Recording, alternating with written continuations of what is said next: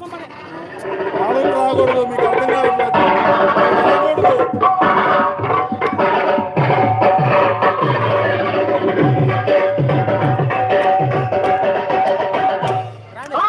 దేవుడు వచ్చినాడు చూడరా చూడరా,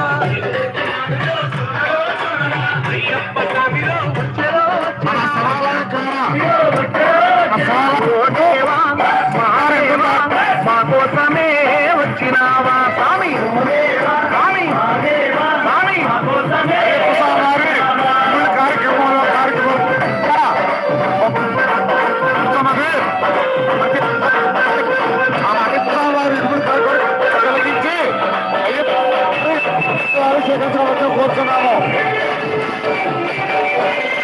కోటి దేవుళ్ళను ముందుగానే కొలిచినాము,